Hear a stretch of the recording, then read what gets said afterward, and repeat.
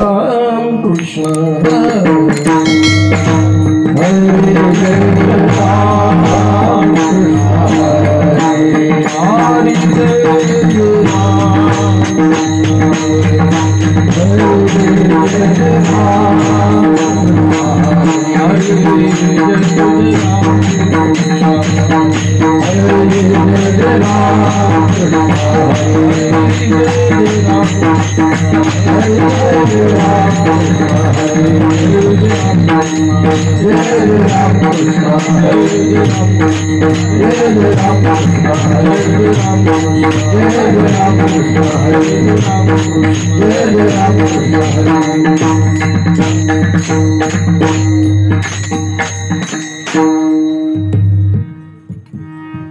रूप पाहता लोचन रूप पाहता लोचन रूप पाहता लोचन रूप पाहता लोचन सुख झाले सागरी सुख झाले सागरी करी ऐशी धावा धावी करी ऐशी धावा धावी करी ऐशी धावा धावी करी ऐशी धावा धावी चित्त लावी चरणाते चित्त लावी चरणाते चित्त लावी चरणाते चित्त लावी चरणाते करी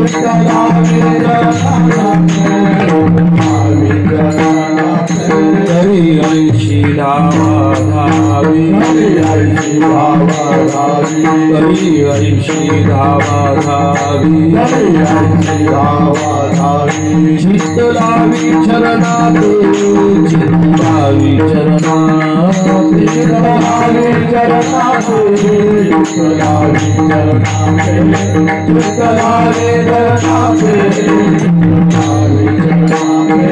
मग तो माझा माय बाप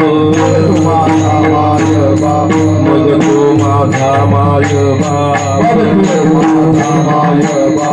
येईल ताप हिरोनी ताप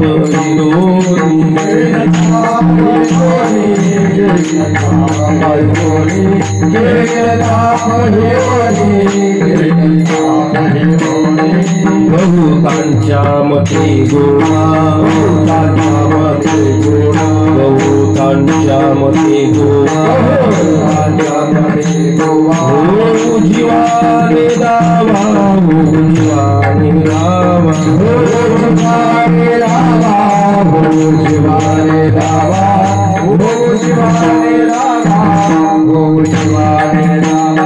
मज तो माझा माय बाप तो माझा माय बाप येईल ताप हिरोनी ताप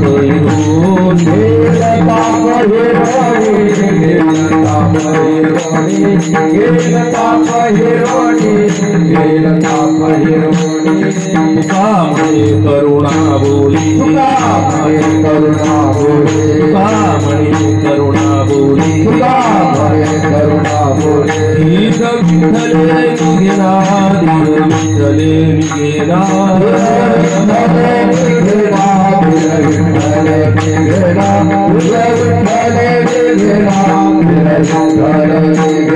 मग तो माझा माय बाप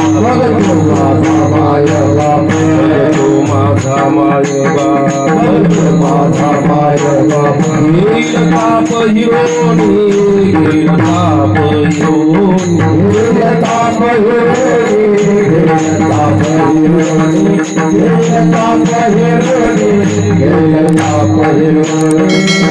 विठोबार कुमार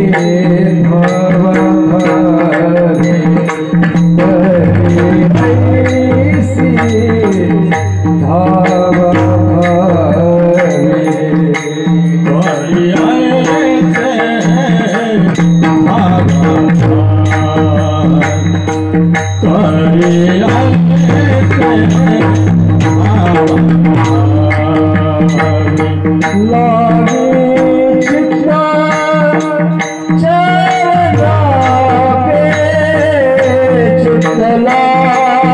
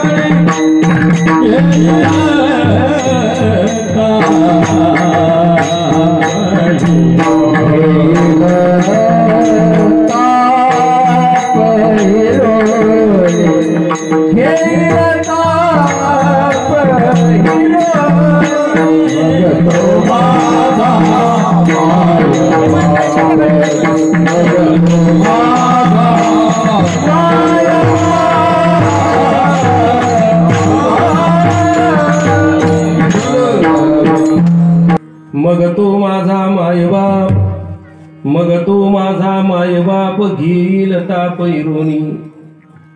बहुतांच्या मते गोवा, बहुतांच्या मते गोवा होऊ जीवानी नावा. मग तो माझा मायबाप, मग तो माझा मायबाप घेईल ताप हिरुनी. तुका म्हणे करुणा बोले, तुका म्हणे करुणा बोले, धीर विठ्ठले निघेना.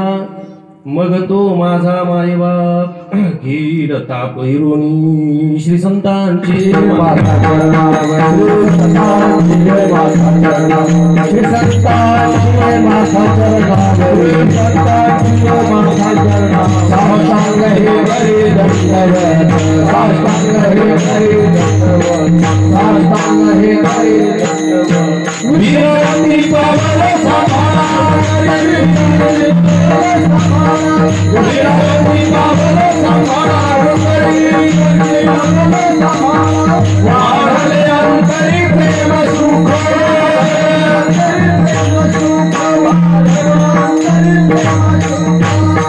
श्री काया कृपेच्या बोरसे नोही अनारिसे उद्धरिलो. करियैसी धावा धावी चित्तलावे चरणापे. मग तो माझा मायबाप घेईल ताप हिरोनी. प्रस्तुत प्राप्त प्रसंगी चिंतनासाठी आपल्या समोर आलेला अभंग श्रीमंत संत जगद्गुरु तुकोबारायांचा हा 4 चरणाचा अभंग आहे. या अभंगाच्या माध्यमातून भगवान परमात्म्याची भक्ती करणाऱ्याला भगवान परमात्मा काय फल प्राप्ती करून देतो याचं विस्तृत चिंतन करताना तुकोबाराय बोलतात की बाबा, अरे जीवनामध्ये या मृत्यूलोकात तू आल्यानंतर तू धावाधावी करतोच आहे, धावपळ करतोच आहे. पण अशी धावपळ कर की जी धावपळ केल्यानंतर ती धावपळ थांबली जाईल. मग काय कर, तुझं जे चित्त आहे ते परमात्म्याच्या चरणावर लाव. तिथे जर ते चित्त स्थिर झालं तर धावपळ त्या ठिकाणी थांबली जाईल. त्याच्या चरणावर चित्त जर लावलं तर तो माझा मायबाप तुझं सगळंच्या सगळं दुःख जे आहे ते स्वतः हिरून घेईल. असा असणारा परमात्मा बऱ्याच लोकांनी सांगितलं की त्याचा स्वभावच असा आहे की तो भक्ताला सुख त्या ठिकाणी देत असतो. अनेकांच्या बहुतांच्या मते गोवा हो जीवाने दावा, जीवाला कोणत्याही प्रकारचं तो दुःख होऊ देत नाही. असा असणारा भगवंत जर आपल्याला या ठिकाणी त्याची कृपा प्राप्त करायची असेल तर एक केलं पाहिजे, त्याचं नामचिंतन, त्याची भक्ती त्या ठिकाणी करुणावंत अंतकरणाने जर केली तर तो करुणाघन परमात्मा त्या ठिकाणी त्या भक्ताच्या प्रत्येक सुखदुःखामध्ये धावून आल्याशिवाय राहत नाही. आणि एकदा तो आला की मग काय करतो, मग तो माझा मायबाप घेईल ताप हिरोनी. असा या अभंगाचा सरळ सरळ अर्थ आहे. विठ्ठल विठ्ठल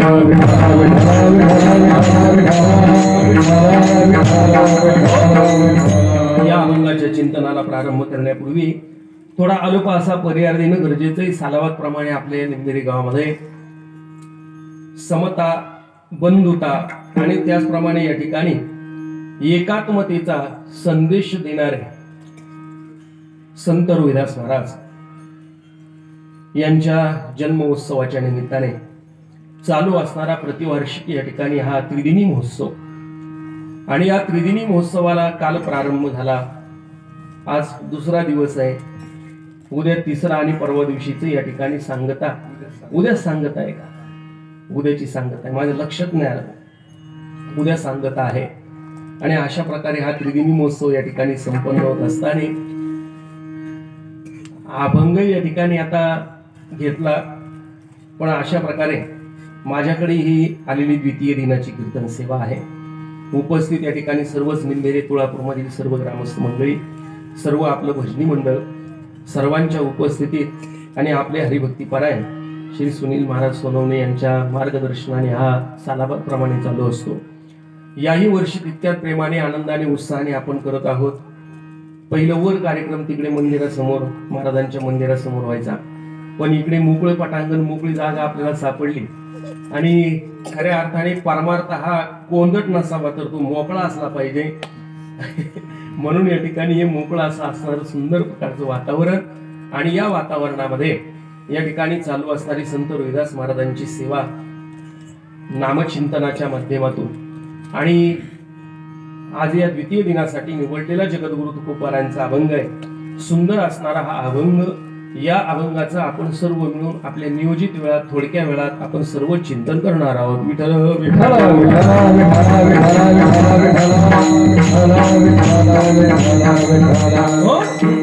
जगद्गुरु तुकोबारा या अभंगाच्या माध्यमातून धावपळ करणारा जो एक विशिष्ट अशा प्रकारचा वर्ग आहे, त्या वर्गाला उपदेश करतात. आता उपदेश जर पाहिला तर संतांनी उपदेश करत असताना ज्याचा जसा अधिकार असेल त्याप्रमाणे त्याला उपदेश केलेला आहे.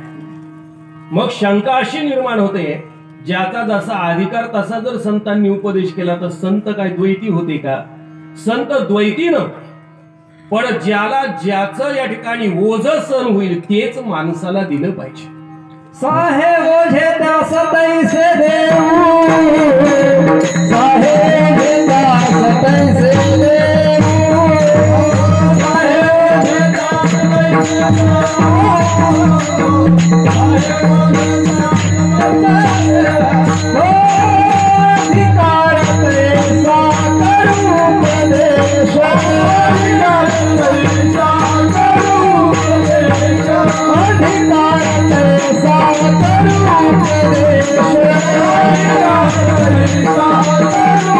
उपदेश. साहेब दास तैसे देऊ, साहेब दास तैसे देऊ, साहेब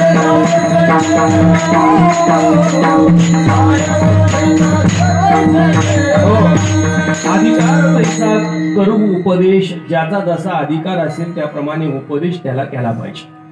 मुंगीवरी भार गजाचे पाला, मुंगीच्या अंगावर जर त्या ठिकाणी हत्तीचं असणारी काही आयरावर अंबारी जर त्याच्यावर ठेवली मुंगीवर, तर त्या मुंगीला ते सहन होणार नाही, तिला ते सहन होणार नाही. जगद्गुरु तुकोबारांच्या भाषेत जर बोलायचं झालं तर महाराज म्हणतात, सुंदर अशा प्रकारे असणारं कपिला गाईचं, गावरान गाईचं दूध, त्या दुधामध्ये मनुके टाकले, बदाम टाकले, काजू टाकले, अक्रोड टाकलं, त्याच्यात गावरान तूप टाकली, थोडी साखर टाकली आणि सुंदर अशा प्रकारे त्या कपिला गाईच्या दुधाची खीर तयार केली आणि ती खीर एका सोन्याच्या ताटामध्ये घेतली. सोन्याच्या म्हणजे सोन्या जेवतो त्याच्यात नाही, सोन्या नावाच्या धातूच्या ताटात त्या ठिकाणी ती खीर घेतली आणि ती खीर कुत्र्या पुढे नेऊन ठेवली खायला. आता सोन्याच्या ताटातली खीर त्या कुत्र्या पुढे ठेवली तर त्या कुत्र्याला त्या खिरीचं काय महत्व कळणार आहे? सोनियाचे ताट क्षीरीने भरले, भक्षावयादी श्वाना लागी, त्याचा त्याला कोणत्याही प्रकारचा उपयोग होणारच नाही. किंवा मुक्ता फळहार खरासी बांधिला, मुक्ता फळहार खरासी बांधिला, मुक्ता फळहार खरासी बांधिला, मुक्ता फळहार खरासी बांधिला. कस्तुरी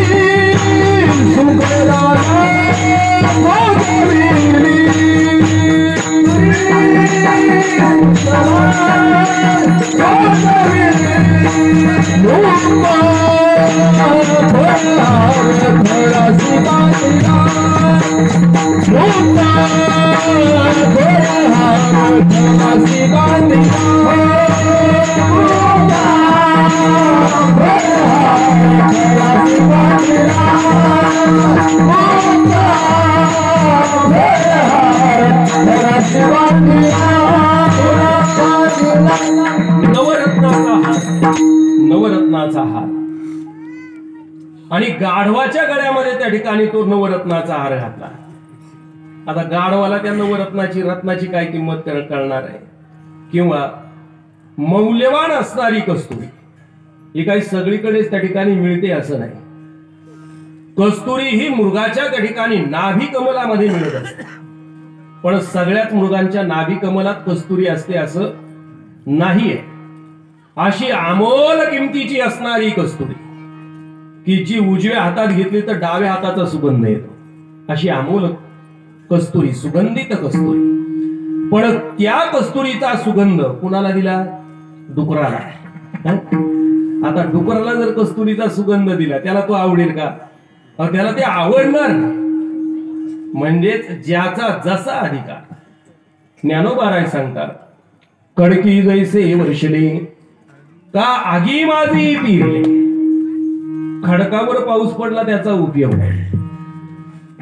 आगणीमध्ये पेरलं म्हणजे वापसाच नाही, जमिनीमध्ये पेरलं त्या धान्याचा काय उपयोग होणारच नाही. किंवा काय घड्यावरी सारस्वत्य पडोश की पालती घागर ठेवली आणि पार 5च्या मोटारची धार त्याच्यावर धरली तर ती घागर किती वेळात भरेल माऊली? भरणारच नाही ना. तसं त्या ठिकाणी उपदेश करताना अधिकारी पाहून उपदेश करावा लागतो. विठ्ठल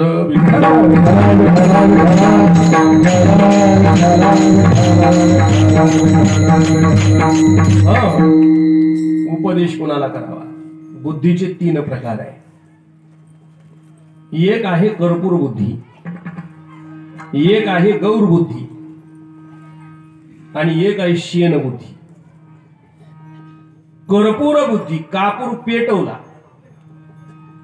की लगेच त्या ठिकाणी काळी लावल्याबरोबर तो लगेच पेटला जातो. बरं, पेटल्यानंतर परत त्याचं काही शिल्लक राहत नाही. कापुराचे वाती उजळल्या ज्योती ठाईच समाप्ती झाली जशी. लगेच पेटतो, लगेच संपून जातो. तसे काही काही माणसं हे कर्पूर बुद्धीचे असतात, त्यांच्यावर लगेच परिणाम होऊन जातो. काही जर पाहिले तर ते गौर बुद्धीचे आहेत. गौरी पेटते पण गौरी एकदम नाही पेटत. कधी पेटते?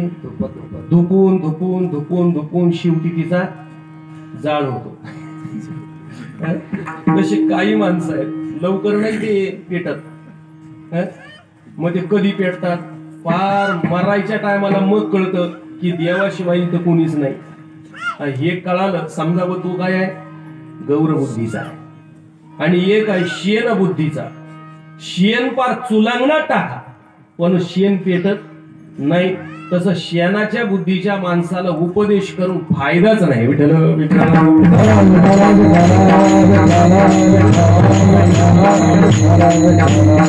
तुका म्हणे ऐसे बुद्धी जाची जड त्या होणी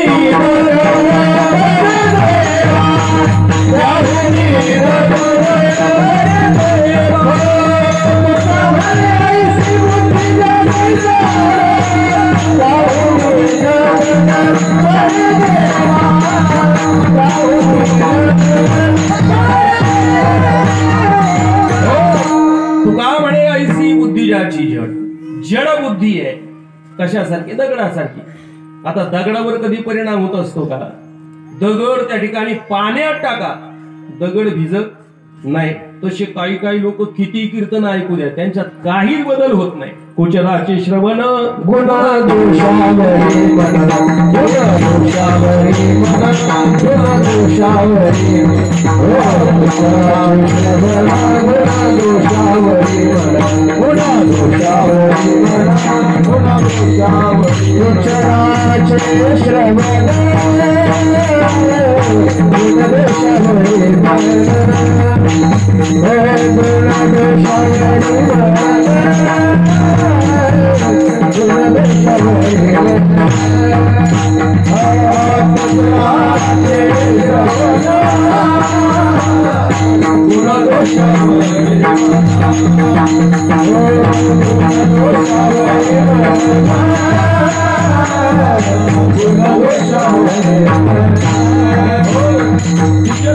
श्रवण कुचिर किती वेळ भिजवला तरी तो कधी भिजत नाही. अशा न भिजणाऱ्याला उगाच उपदेश करून काय फायद्याचा आहे? त्याला उपदेश करून अजिबातही फायद्याचं त्या ठिकाणी नाही. मग तुकोबारायांनी अधिकार त्या ठिकाणी असेल त्या पद्धतीने उपदेश केला. इथे आपल्याला जर पाहिलं 3 प्रकारचा वर्ग पाहायला मिळतो. एक आहे ज्ञानप्रधान समाज, एक आहे भावना प्रधान समाज आणि एक आहे कर्मप्रधान समाज. एक ज्ञानप्रधान समाज आहे, त्याला ज्ञान प्राप्त करण्याची त्या ठिकाणी खूप आवड असते. ज्ञान प्राप्तीची त्याला लालसा लागलेली आहे. मग तो कुणाचंही कीर्तन असलं तरी पण त्या ठिकाणी ऐकायला जातो. काहीतरी त्याच्यातून आपल्याला एखादं वाक्य तरी उपयोगाचं ऐकायला मिळेल या अपेक्षेने त्या ठिकाणी जातो. बरं, त्यात कीर्तनात आल्यानंतर प्रत्येकाची आवडही पण श्रोत्यांची आवडही वेगवेगळी असते. पण खऱ्या अर्थाने जर पाहिलं तर त्याला कळून चुकलेलं आहे की ज्ञानाशिवाय या ठिकाणी तरण या जगात अजिबात नाही. आपण जेवढे काही उपाय या ठिकाणी तरुण जाण्याचे करू, पण ज्ञानोबा राय म्हणतात ज्ञाने विनय के उपाय करीसी जितुके ते तू गुंतसी आधिके रुखी. ज्ञानाशिवाय या ठिकाणी जेवढे सुटण्याचा उपाय करू ना तेवढं अधिक या ठिकाणी या संसारामध्ये गुंतत चालत आहे. म्हणून तो ज्ञान प्रधान समाज आहे, तो ज्ञान प्राप्त करण्याचा प्रयत्न करतो. दुसरा समाज आहे तो भावना प्रधान समाज आहे, फक्त भावना ठेवून त्या ठिकाणी वागणारा. अनेक अन्य तीर्थयात्रेला जाणार, फक्त एक भावना म्हणून त्या ठिकाणी तो जाणार. आणि एक वर्ग आहे त्याला कर्म प्रधान समाज म्हणतात, तो फक्त त्या ठिकाणी कर्म करण्यालाच प्राधान्य देतो. त्याला जर म्हटलं ना बाबा कीर्तन चालू करायचं आहे, तेवढं ते टाळ मृदंग कीर्तनात घेऊन जातो, म्हणतो असं करा. त्या कीर्तनाच्या भानगडीत आपण नाही पडत, आम्ही इकडे स्वयंपाक करतो. म्हणजे त्याला काय आहे, स्वयंपाक करण्यामध्ये त्याला आवड आहे, म्हणजे कर्म करण्यात आवड आहे. कारण कर्म माणूस हा प्रत्येक मनुष्य हा कर्म करतोच. ज्याला इंद्रिय आहे त्याला कर्म करावंच लागतं, पण ज्याला इंद्रिय नाही त्याला काही कर्म करण्याची आवश्यकता नाही. मानवाला या ठिकाणी इंद्रिय दिले ना, मग त्याला कर्म हे करावंच लागतं. दिले इंद्रिय, हातपाय कान डोळे मुख बोला या वचन. पण कर्म करताना आपल्याला दोन प्रकारचा वर्ग पाहायला मिळतो. एक वर्ग परमार्थ करतो आणि एक वर्ग त्या ठिकाणी प्रपंचच करत असतो. मग परमार्थ करणारा परमार्थ का करतो आणि प्रपंच करणारा प्रपंच का करतो? भगवान ज्ञानोबा राय सुंदर त्या ठिकाणी अश्रद्धाना पुरुषा धर्मशास्त्र पर्यंत या श्लोकाचं विवेचन करताना दृष्टांत ज्ञानोबा रायांनी सुंदर दिला. पाहे पादूध पवित्र आणि गोड पासी त्वचेची आपदरा आड परिते आवेरुणी गुचीड अशुद्ध का सेविती. गायीच्या काशेमध्ये गुचिडही पण आहे, गायीच्या काशेत पवित्र दूधही पण आहे आणि गायीच्या काशेत रक्तही पण आहे. मग तो गोचिड त्या ठिकाणी जर पाहिलं पवित्र दूध पित नाही. गोचिड काय पितो? रक्त पितो, दूध पित नाही. दुसरा दृष्टांत ज्ञानोबा यांनी लगेच जोडून दिला. का कमलकंदा आणि दरदुरी नांदणुक एकेची घरी परी परागुसी विजय भ्रमरियेरा चिखलू शिवरे. चिखलामध्ये बेडूक पण आहे, चिखलामध्ये कमळही पण आहे, पण तो बेडूक चिखलात असणाऱ्या त्या कमळातले परागकण भक्षण करत नाही. तो काय खातो? चिखलच खातो. दोन दृष्टांत आहे. गायीच्या काशेतला गुचिड रक्त पितो, दूध पित नाही. चिखलातला बेडूक चिखल खातो, कमळातले परागकण खात नाही. याला कारण काय? त्या असणाऱ्या गुचिडाला दुधाबद्दलही अज्ञान आहे आणि त्या गोचिडाला रक्ताबद्दलही अज्ञान आहे. बेडकाला चिखलाबद्दलही अज्ञान आहे आणि बेडकाला त्या ठिकाणी पाहिलं तर त्या कमळातल्या परागकणांच्या बद्दलही अज्ञान आहे. तसं प्रपंच करणारा प्रपंच का करतो, परमार्थ का करत नाही? याला कारण आहे त्याचं प्रपंचाबद्दलही अज्ञान आहे आणि त्याचं परमार्थाच्या बद्दलही अज्ञान आहे. विठ्ठल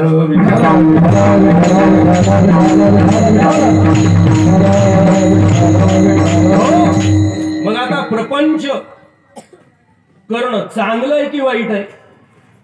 प्रपंच करणं चांगलं आहे की वाईट आहे? प्रपंच संसार करणं चांगलं. या जगात अशी एकही वस्तू नाही की जिच्यामध्ये दोन गुणधर्म नाही. चांगलं आणि वाईट हा गुणधर्म आपल्याला प्रत्येक ठिकाणी पाहायला मिळतो. जगात आपण फिरायला जर लागलो ना तर गाव असं एकही सापडणार नाही जगात की ज्या गावात चांगले माणसं आहेत सगळेच, आणि असं एकही गाव सापडणार नाही की ज्या गावात सगळेच वाईट आहेत. चांगलं वाईट प्रत्येक ठिकाणी पाहायला मिळते. एवढी प्रभू रामचंद्रजींची नगरी होती अयोध्या, पण त्या अयोध्येमध्ये एक परिटासारखा सीतामय्येवर संशय घेणारा होताच. एवढी रावणाची नगरी आहे लंका, राक्षस आहे, पण रावणाच्या नगरीमध्ये त्या ठिकाणी एक विभीषणजी सारखा होताच. म्हणजे चांगलं वाईट हा गुणधर्म आपल्याला प्रत्येक ठिकाणी सहजतेने पाहायला मिळतो. काटा जर पाहिला आपण साधा तर काटा चांगला आहे की वाईट आहे? काटा वाईट आहे. एखाद्याच्या पायामध्ये जर काटा मोडला तर असह्य वेदना होतात. मग एखादा माणूस रानात गेलेला आहे, त्याच्या पायात काटा मोडलेला आहे, मग तो काय करतो? त्याला वेदना झाल्या की काट्याने काटा काढतो. मग आता पायातला काटा काय? दुःख देणारा. आणि ज्या काट्याने काटा काढला तो काटा सुख देणारा. मग त्याने काय केलं, ज्या काट्याने काटा काढला तो काटा चांगला आहे म्हटला. तुम्ही संत माय बाप काटा चांगला आहे म्हटले. मग त्याने तो काटा घेतला, कोपरीच्या खिशात ठेवला. चांगला काटा आहे. घरी आला, जेवण केलं, झोपला. झोपल्यानंतर जेव्हा पालथा झाला, आता त्या कोपरीतल्या काट्याने पराक्रम दाखवला, तो त्याच्या ढिरीत घुसला. मग काटा चांगला आहे की वाईट आहे? काट्याचा गुणधर्म आहे चांगलं आणि वाईट हा गुणधर्म त्या ठिकाणी काट्याचा आहे. तसं संसार हा चांगला आहे की वाईट आहे? संसारातही दोन गुणधर्म आहे. संसार विधीने आणि विधानाने केला तर संसार चांगला आहे. मग संसाराचा विधी काय? तर तुकोबाराय संसाराचा विधी सांगताना एक अभंगच तुकोबारायांनी खर्च केला. विठ्ठल विठ्ठल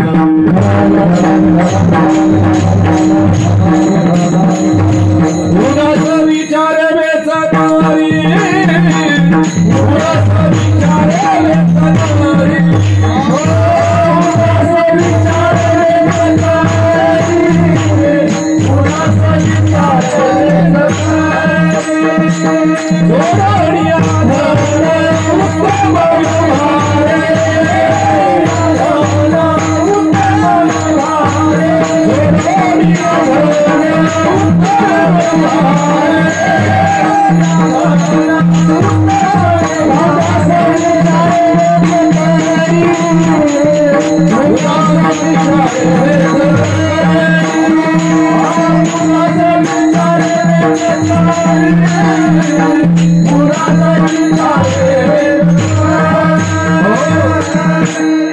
म्हणजे संसार विधीने केला तर तो चांगला आहे, पण विधीने जर त्या ठिकाणी संसार केला नाही तर मग मात्र त्या ठिकाणी संसारा वाईट आहे. संसार करत असताना माणसाची या ठिकाणी एवढी ओढाताण होते. माणसं दिवसा संसार करतात अशातला भाग नाही, पण माणसं रात्री पण त्या ठिकाणी संसारच करतात. ज्ञानोबा राय म्हटले, सायास करसी प्रपंच दिनसी हरिसी न भजसी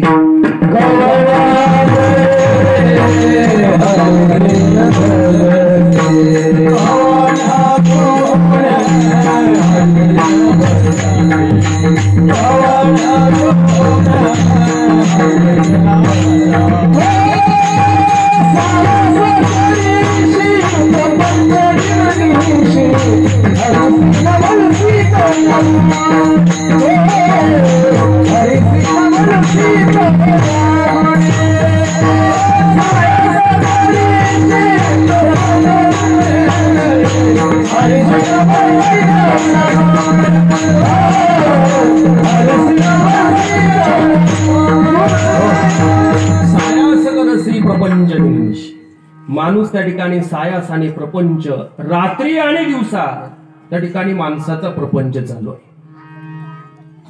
दोन्ही क्रिया करत असताना माणसाचा त्या ठिकाणी हेतू आणि प्रयोजन मात्र एक आहे. परमार्थ करत असताना परमार्थाचं प्रयोजन सुख मिळावं आणि प्रपंच करताना प्रपंचाचं प्रयोजन आहे ते सुद्धा त्या ठिकाणी सुख मिळावं.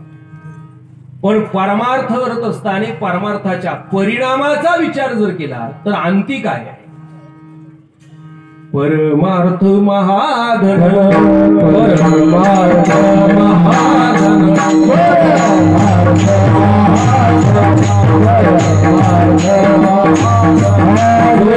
देवाचे चरण, देवाचे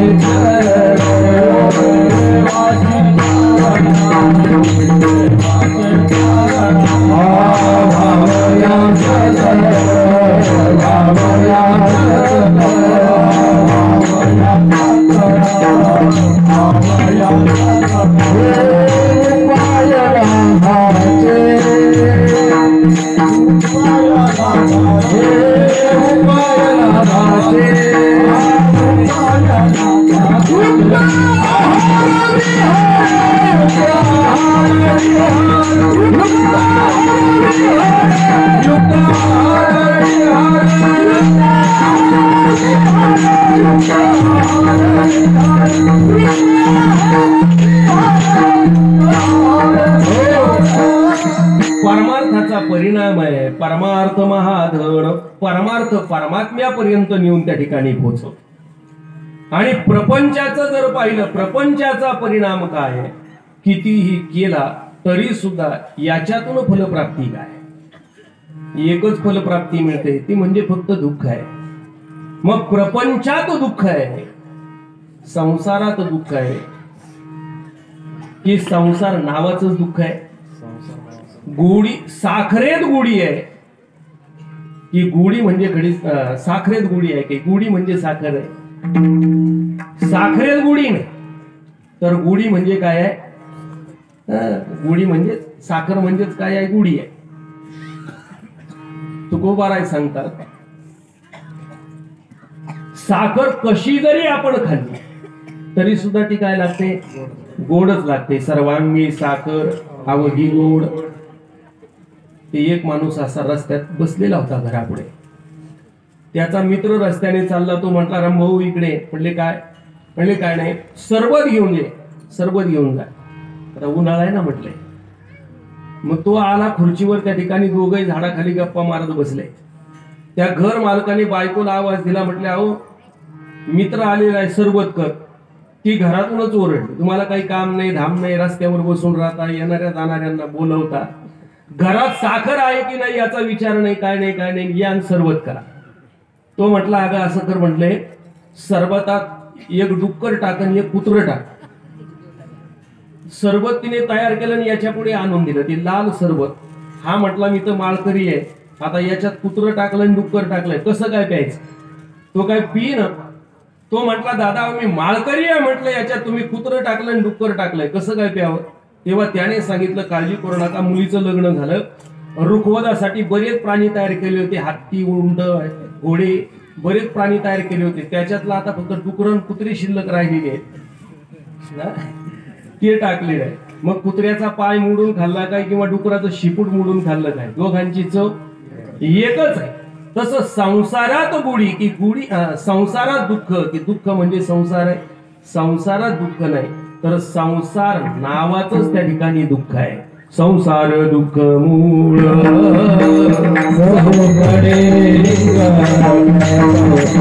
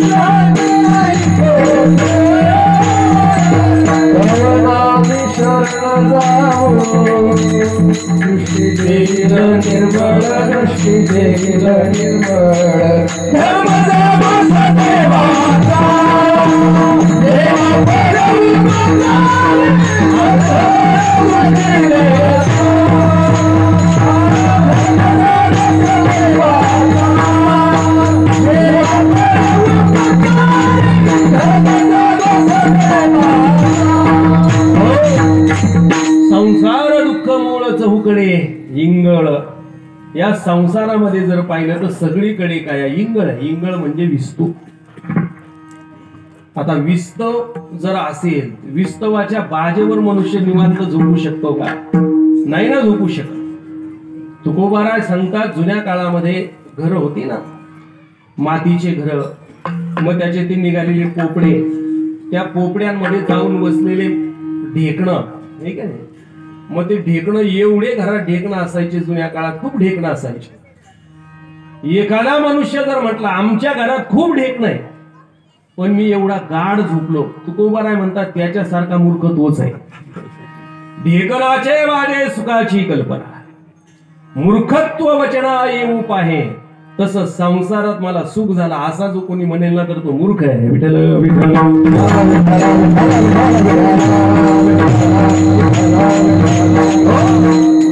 मग त्या ठिकाणी मनुष्य सुख मिळवण्यासाठी या संसारात किती प्रयत्न करतो, किती प्रयत्न करतो.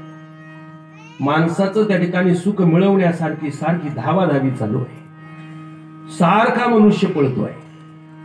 एखाद्याला कोणालाही विचारा काय करतो, तो म्हणतो काय नाही निवांत आहे. आता निवांत राहतो का? निवांत नाही. माणूस मेल्याशिवाय मनुष्य त्या ठिकाणी निवांत होत नाही. मेल्यावरही पण त्या ठिकाणी निवांत नाही. कर्म चांगलं असलं तर निवांत नाही, तर पापी असला का त्याचाही आत्मा त्या ठिकाणी भटकत राहतो. म्हणजे मनुष्य मेल्यावर सुद्धा निवांत राहत नाही. अखंड त्या ठिकाणी माणसाचा काही ना काही उद्योग चालू असतो. माणूस सारखी धावाधाव चालू आहे. माणूस किती फिरला माणसाला कळत नाही. आता बरंच मायक्रो निघालंय, छोटं छोटं मायक्रो आहे, कॅमेरे मायक्रो आहे, बरंच मायक्रो निघाल. आता एक वस्तू मायक्रो निघाली पाहिजे, स्पीड मीटर, बारीक स्पीड मीटर. पोरग जन्माला आलं की लगेच त्याला फिट करून द्यायचं आणि मेल्यावर काढायचं. मग कळेल किती फिरला. तसा किती फिरला कळणार नाही. आपण सारखं त्या ठिकाणी फिरत असतो. सर्व सुखाची आशा जन्म गेला,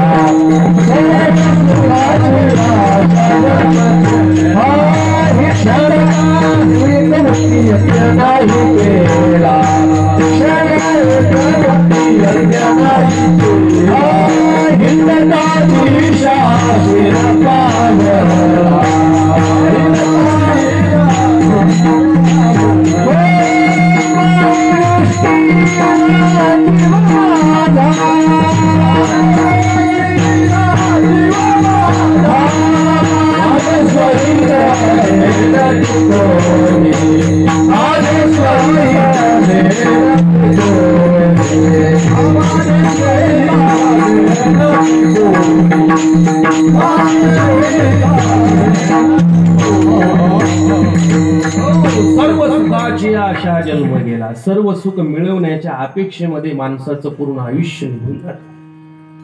हिंडता ते मिळवण्यासाठी हिंडता दिशा. मनुष्य त्या ठिकाणी त्या दिशेला फिरतो की ज्या दिशेला सुख मिळेल. मग तो एका दिशेला माणूस फिरतो का?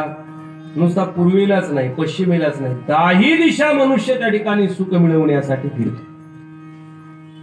पण ज्या दिशेला आपण चाललो सुख मिळवण्यासाठी ती दिशा कशी आहे? निराकार ओस दिशा, येथ इच्छा पुरत असे. ज्या दिशेला आपण सुख मिळवण्यासाठी चाललेलो आहोत ना ती दिशा कशी आहे? निराकार आहे. त्या दिशेला काहीच नाही. ओस दिशा, ओस पडलेली दिशा आहे. मग ही संसारातली दिशा ही ओस पडलेली दिशा आहे. मग कोणत्या दिशेला गेल्यानंतर माणसाला सुख मिळेल? तुकोबाराय म्हणतात बाबा अशा दिशेला त्या ठिकाणी तू धावपळ करत करत जा की ज्या दिशेला गेल्यानंतर तुला काय मिळेल? सुख मिळेल. करी ऐशी धावा धावी चित्त लावी चरण, चित्त लावी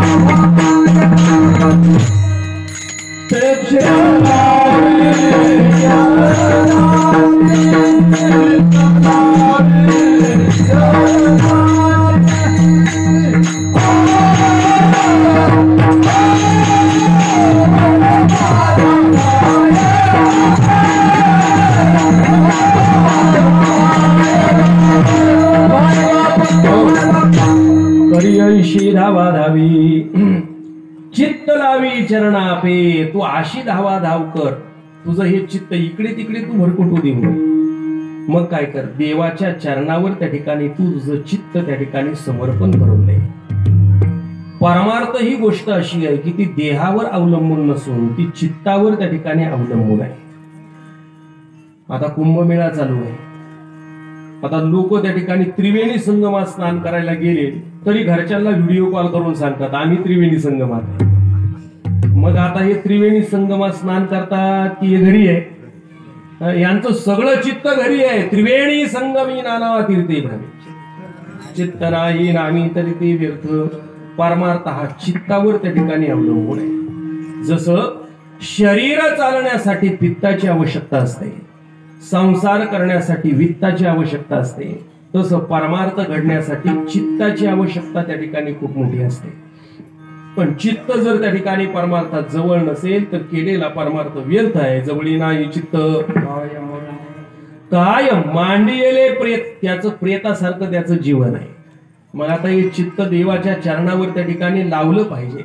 पण चित्त देवाच्या चरणावर लावणं सोपी पण गोष्ट नाही ना.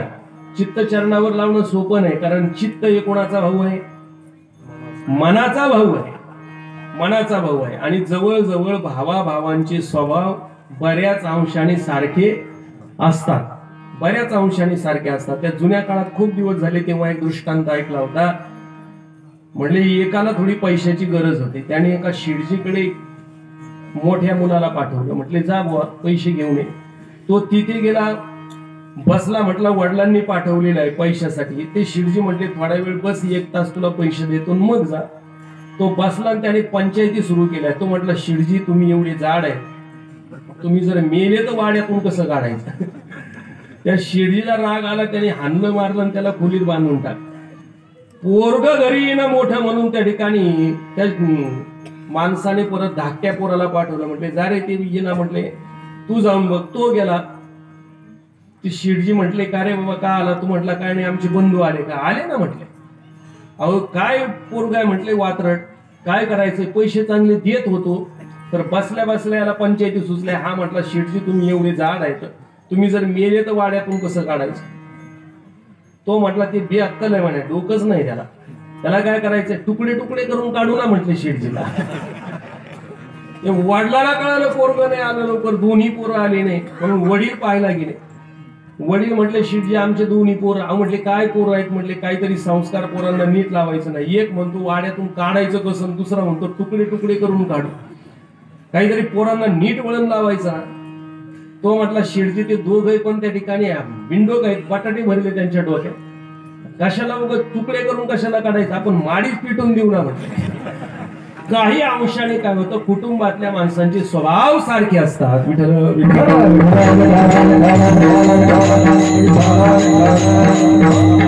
स्वभाव सारखे असतात स्वभाव. तसं मनाचा भाऊ म्हणजे या ठिकाणी हे चित्त आहे. आणि चित्त त्याच पद्धतीने चंचल होणार चित्त आहे. नाही वैराग्याचे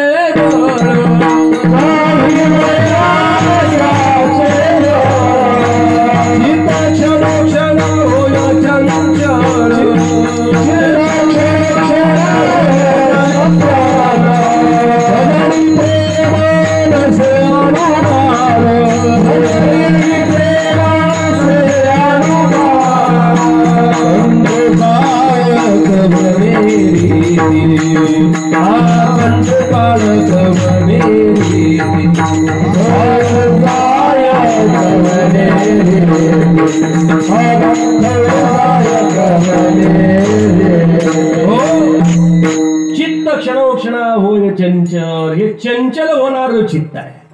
मग चित्त देवाच्या चरणावर लावून ते स्थिर राहण्यासाठी, कारण चित्त लावणं वेगळं आणि चित्त स्थिर होणं वेगळी गोष्ट असते, वेगळी गोष्ट आहे. काही काही माणसं चित्त लावतात पण शेवट त्यांचं चित्त तिथून उठलं जात, नाही का नाही. काही माणसं परमार्थाकडे येतात आयुष्यभर, काही माणसं चांगले वागतात, पण मरायच्या वेळेला त्यांची त्या ठिकाणी काय होते, बुद्धी बदलली जाते. मरायच्या वेळेला लोक बिघडतात. काही माणसं आता कोरोनाच्या काळात एवढे चांगले वागले, शेवट माळा काढून टाकले, नाही का नाही. शेवट तुकोबारांनी सुंदर दृष्टांत दिला. विठ्ठल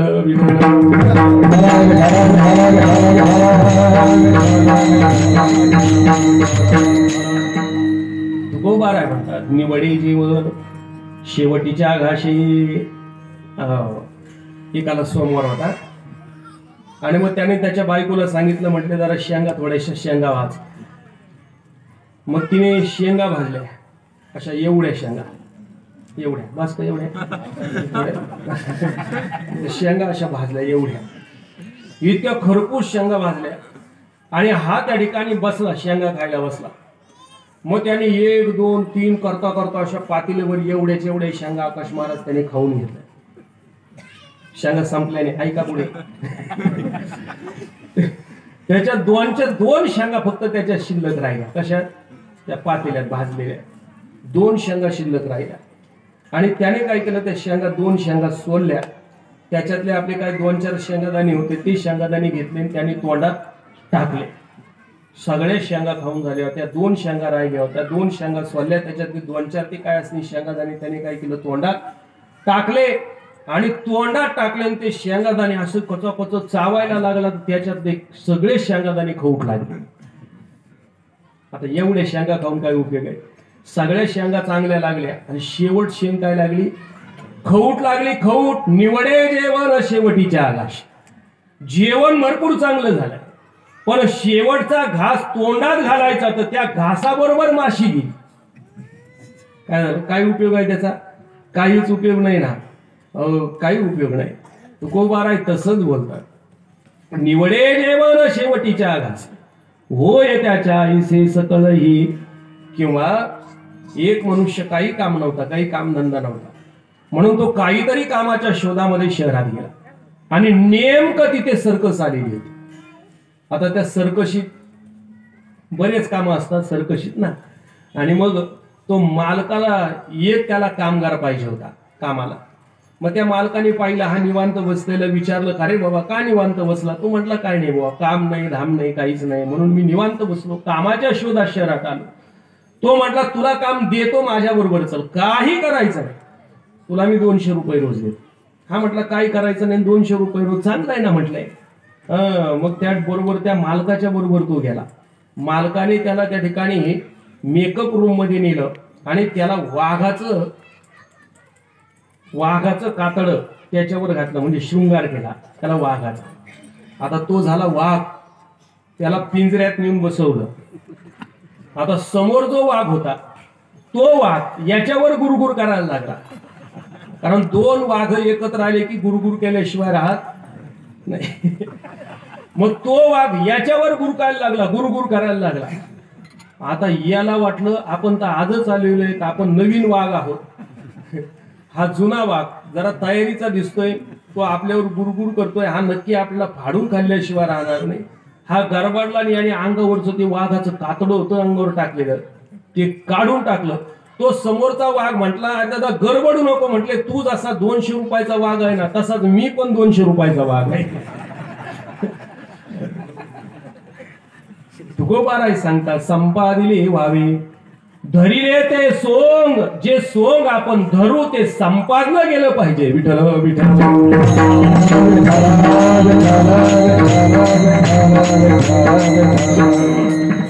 संपादिले व्हावे धरिले ते सोंग. आता ज्याचं आपण सोंग धरू ते संपादलं गेलं पाहिजे, ते पूर्णत्वाला गेलं पाहिजे. तसं चित्त जे आहे हे भगवंताच्या चरणावर स्थिर होण्यासाठी स्वतःमध्ये एवढी ताकद नसते की चित्ताला त्या ठिकाणी स्थिरता निर्माण करून द्यावी. भगवंताला विनंती करावी लागते. माझे चित्त तुझे पायी राहे ऐसे करी नाही. माझे चित्त तुझे पायी राहे ऐसे करी नाही.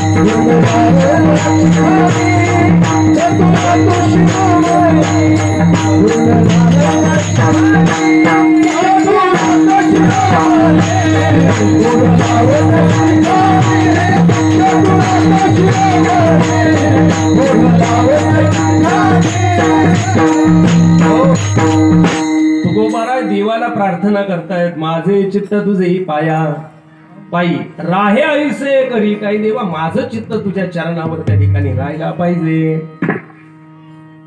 चित्ती तुझे पाया डोळा, चित्ती तुझे पाया डोळा, चित्ती तुझे पाया डोळा, चित्ती तुझे पाया डोळा, चित्ती तुझे पाया डोळा.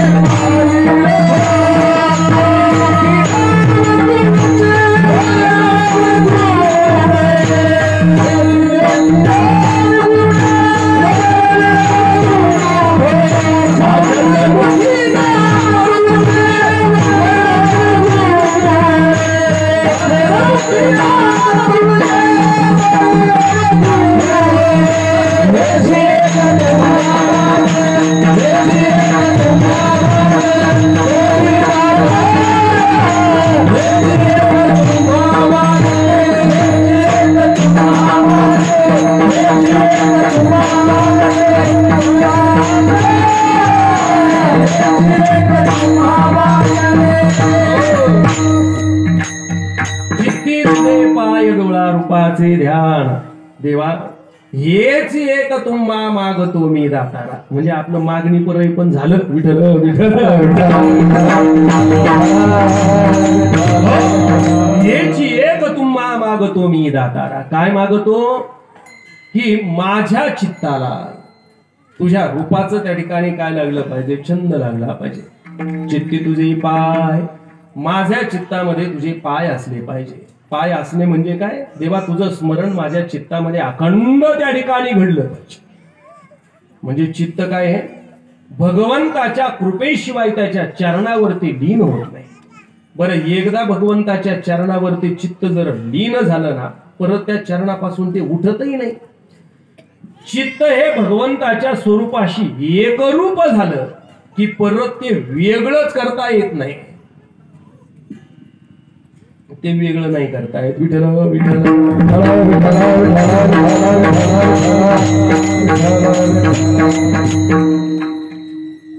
नोही सारिता निराळे लवण मिळविता. जसं पाण्यामध्ये मीठ मिसळवलं की परत ते वेगळं करता येत नाही. ज्ञानोबा दृष्टांत देत. एकाने काय केलं, त्या ठिकाणी हत्तीन तयार केली, मिठाची हत्ती, आणि ती मिठाची हत्तीन त्याला प्रदर्शनात मांडायची. मग ती थोडी खराब दिसली. त्याने काय केलं, कापड घेतलं आणि ती झटकवली प्रदर्शनात न्यायच्या वेळेला, पण तिची धूळ काय निघाली नाही. त्याने ओलं कापड घेतलं आणि ती हत्तीन पुसायला गेला. हत्तीन पुसायला गेला, अधिक त्याच्यावरती धूळ साचली, ती काळी दिसायला लागली. मग त्याने काय केलं, तो म्हटला धुतली पाहिजे, थोडी भिजू घाल. म्हणून त्याने साखळी घेतली, मोठी एक गज घेतला, समुद्राच्या किनारी आला, त्या हत्तीनीच्या गळ्यात साखळी बांधली, तो गज त्या ठिकाणी ठोकला, त्या खुंटेला ती हत्तीन बांधली, हत्तीन पाण्यात सोडून दिली कुठे जाऊ नये म्हणून. मग तो सकाळीच आला आणि आता हत्तीन भिजली असेल, चांगली निघाली असेल म्हणून साखळी ओढायला लागला. साखळी मोकळीच आली, हत्तीन गेली निघून. मग ती काय झाली? ज्ञानोबाराय सांगतात, कालवनाची कुंजरी सुदलिया लवण साग, ती असणारी ती मिठाची हातीन पाण्यात गेली, पाण्याशी एकरूप झाली, आता वेगळी करता येत नाही. तस भगवान परमात्म्याशी एकरूप झालं ना तर परत वेगळं होत नाही. विठ्ठल विठ्ठल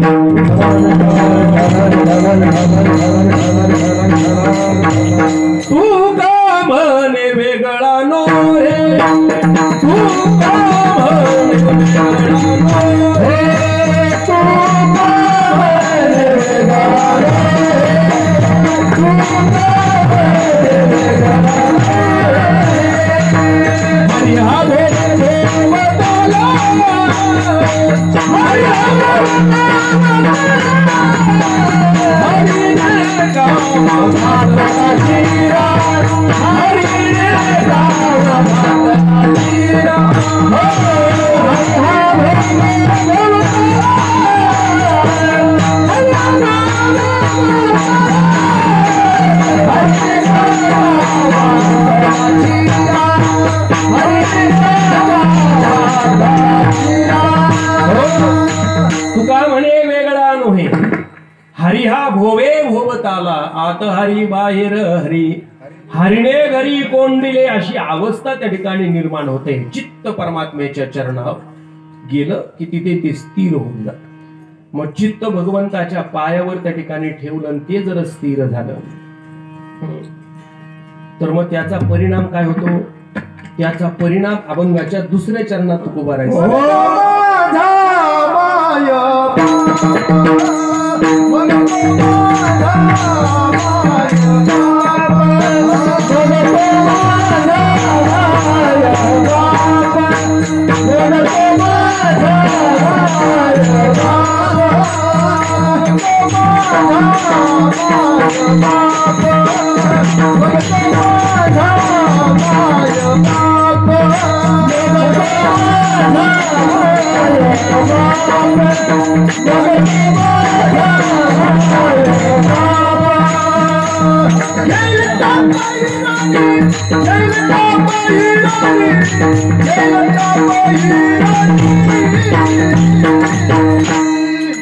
मग तो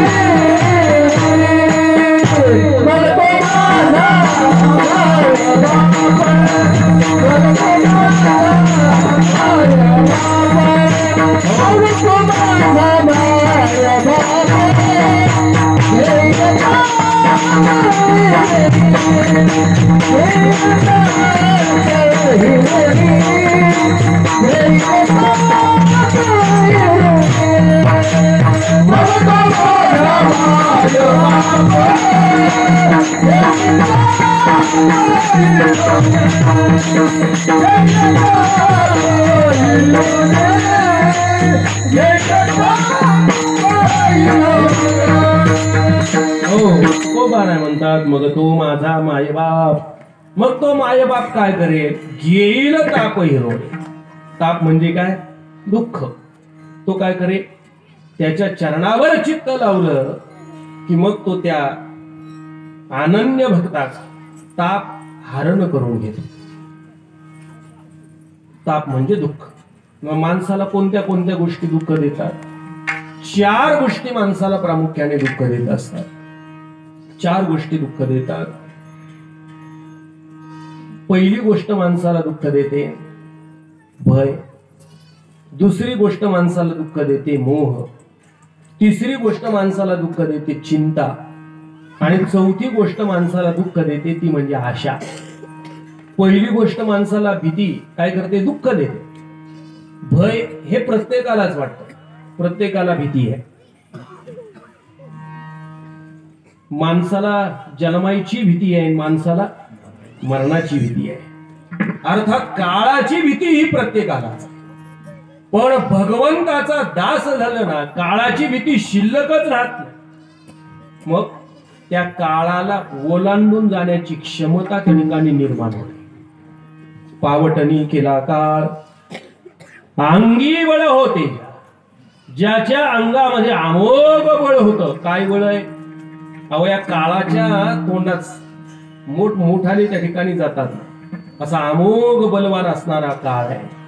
पण त्या काळाला ओलांडून जाण्याची क्षमता त्या ठिकाणी निर्माण होत असते. दुसरा आहे, तो काळ त्या ठिकाणी भक्तावर चाल करत नाही. तू का म्हणे काळ आता करू न शके बळ, त्याचं बळ भक्ताच्या पुढे काळाचं चालत नाही. काळाचं बळ चालत, कारण भक्त हे कसे आहे तर ते इच्छेने, स्वतःच्या इच्छेने येतात आणि स्वतःच्या इच्छेने जातात. येतो जातो आम्ही देवाचे संघात, स्वतःच्या इच्छेने येतात आणि स्वतःच्या काळाच्या इच्छेने भक्त मंडळी संत महात्मे या ठिकाणी येतही नाहीत आणि जात काळाच्या इच्छेने. हे काय स्वतंत्र असणारे आहे, स्वतंत्र आहे. म्हणून काळाची भीती भक्ताला नाही. दुसरी गोष्ट माणसाला दुःख देते, मोह. अर्थात जी वस्तू मिळालेली आहे त्या वस्तूची आसक्तीच त्या ठिकाणी माणसाला दुःख देत असते. पण भक्ताला कोणत्याही गोष्टीची आसक्तीच नाही, कोणत्याही आसक्तीमध्ये तो अडकून बसत नाही. ना देहाच्या आसक्तीमध्ये, ना देह संबंधी वस्तूच्या आसक्तीमध्ये त्या ठिकाणी तो अडकून बसत नाही. मग मोह माणसाला दुःख देतो ना, तर मोहही निवृत्त होऊन जातो. चिंता ही माणसाला दुःख देते, चिंता सुद्धा दुःख देते. आता चिंता ही प्रत्येकाची काय असते, वेगवेगळी असते. एक सार्थ चिंता आहे, एक निरर्थक चिंता आहे. उगाच कोणत्याही गोष्टीची चिंता करून उपयोगाचं नाही. जे जीवनामध्ये घडणार आहे ते घडल्याशिवाय राहत नसतच आहे.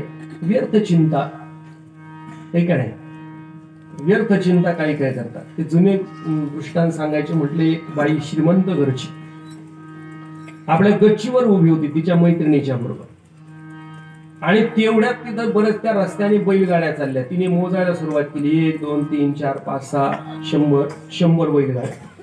तिने त्या मैत्रिणीला विचारलं, म्हटले का ग एवढ्या बैलगाड्या चालल्या? म्हटले कशाच्या आहे? तिने सांगितलं, अहो हे सगळे कापूस भरून चाललेले आहेत, 100 बैलगाड्या कापूस आहेत. या बाईने विचार करायला सुरुवात केली आणि विचारलं, म्हटलं 100 बैलगाड्या, मग कुठे जाणार? तेव्हा त्या मैत्रिणीने सांगितलं, आता या 100 बैलगाड्या आहेत, मार्केटला जाणार. एखादा व्यापारी तो कापूस घेणार, कापूस घेतला की एखादा गिरणी कामगार तो कापूस खरेदी करणार, त्याचं सूत तयार करणार, त्याचं कापड तयार करणार, ते कापड दुकानात जाणार, एखादं गिऱ्हाईक येणार, ते कापड खरेदी करणार, टेलरकडे जाणार, शर्ट शिवणार आणि तो अंगात घालणार.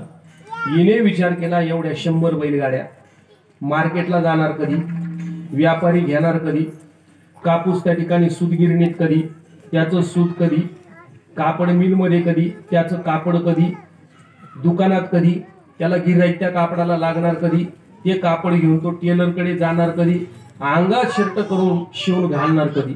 एवढंच बोलायचं, एवढंच. 100 बैलगाड्या मार्केटला जाणार कधी.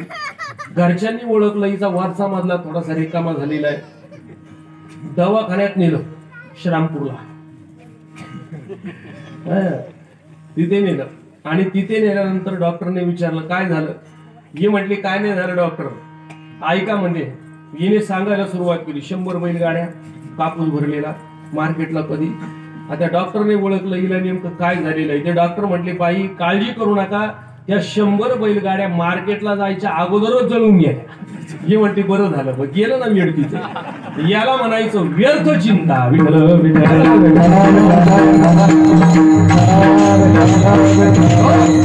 आणि एक आहे सार्थ चिंता, कैमी उद्धार पावे, ही सार्थ चिंता. पण माणसाला त्या ठिकाणी चिंता काय करत असते, दुःख देते. आणि खऱ्या अर्थाने निश्चिंत जीवन आमच्या हरिभक्तांचं आहे. म्हणून भगवान परमात्मा हरिभक्ताची चिंता स्वतः हरण करतो. भगवंत हरिभक्ताची चिंता स्वतः हरण करतो, दूर करून टाकतो. महाराज सुंदर बोलतात, चिंता परमात्मा काय करतो, हरण. चिंता करिता हरली नारायणे, अंग संग मिळता दोघे जणे, चिंता त्या ठिकाणी परमात्मा हरण करून टाकतो, म्हणजे चिंतेचं दुःख शिल्लक राहत नाही. आणि चौथी गोष्ट माणसाला दुःख देत असते ती म्हणजे आशा. आशाही दुःख देते ना, पण भगवत भक्त त्या ठिकाणी आशेपासून दूर होऊन जातात. भगवत भक्त त्या आशेपासून दूर होऊन जातात. भक्ताईचे जाना जे देही उदास गेले आशा पाश निवारणी. आणि भक्ताला या 4 प्रकारचं दुःख त्या ठिकाणी होत नाही, कारण भक्त हा भगवंताच्या स्वरूपाशी एकरूप होतो. विठ्ठल विठ्ठल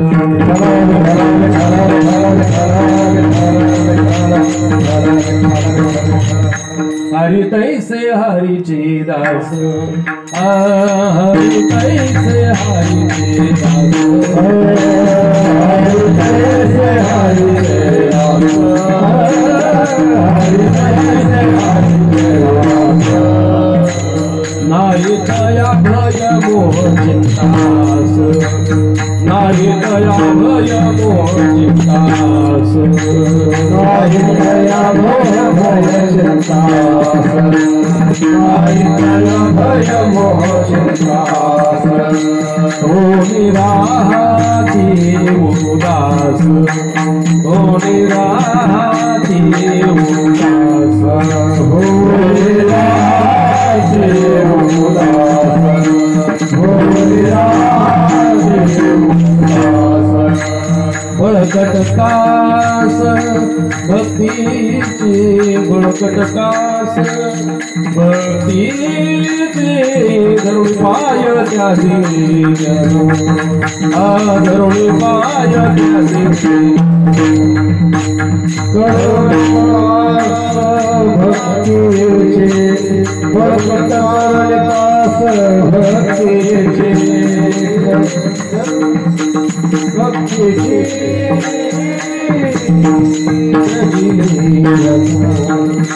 धरुण पाय जिले जन. हरि तैसे हरिचे दास, हरि तैसे हरिचे दास. काय होतं? हरिदास हरिप्रमाणे होतात. नाही तया भय मोह चिंता आस, हे शिल्लकच राहत नाही. आणि मग तोच करतो परमात्मा. मग तो माझा मायबा घेईल ताप. ताप म्हणजे काय? दुःख हरण करून घेत असतो. घेईल ताप हरवणी. आणि असं तो ताप हरण करणारा आहे. तो भक्ताला दुःख होऊ देत नाही. अभंगाच्या 3ऱ्या चरणात सांगतात. ओ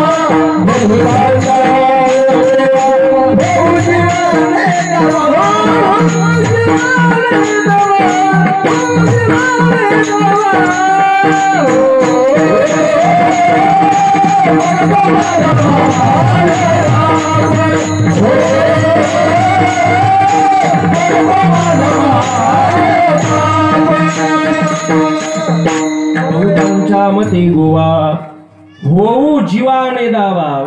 तो दुःख त्या ठिकाणी जीवाला होऊ देत नाही. असा तो परमात्मा तुकोबाराय म्हणतात. त्याचं जर आपण नाम घेतलं तर करुणावंत परमात्मा कोणत्याही संकटामध्ये नामधारकाच्या धावून आल्याशिवाय राहत नाही. तुका म्हणे करुणा बोले, तुका म्हणे करुणा बोले, तुका म्हणे करुणा बोले, तुका म्हणे करुणा बोले, तुका म्हणे करुणा बोले, तुका म्हणे करुणा बोले, तुका म्हणे करुणा बोले, तुका म्हणे करुणा बोले.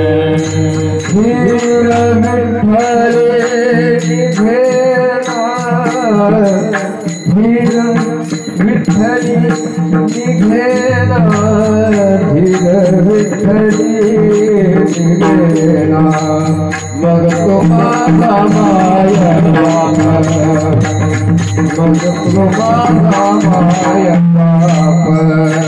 धीर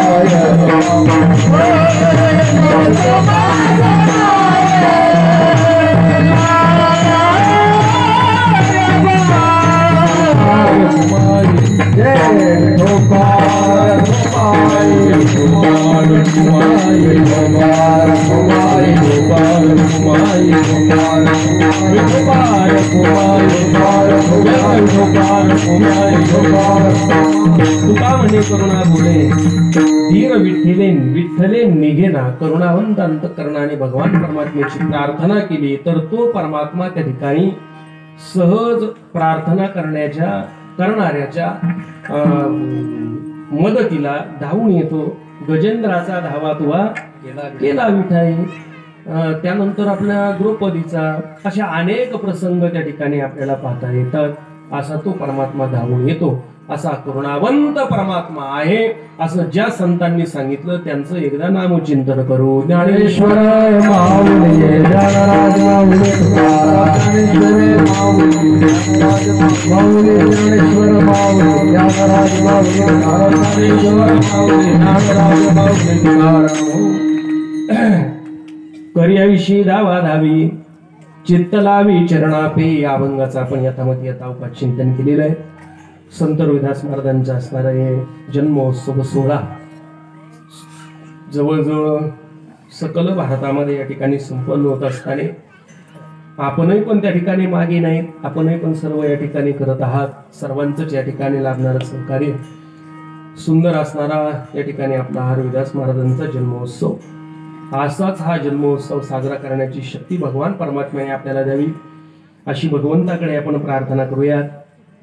आणि झालेलं एक छोटंसं वाक्पुष्प भगवत चरणी समर्पण आपण करणार आहोत. बरोबर 9 वाजले. बरोबर वाजले. माझ्या हातात घड्याळ नाही. मी काय खोटं बोलत नाही. मी पाठ करून येतो. या ठिकाणी ज्यांची असणारी आजी पंगत आहे ना ते आपल्याच गावची सुपुत्र किशोर भाऊ सोनवणे यांची आजची पंगत आहे. किशोर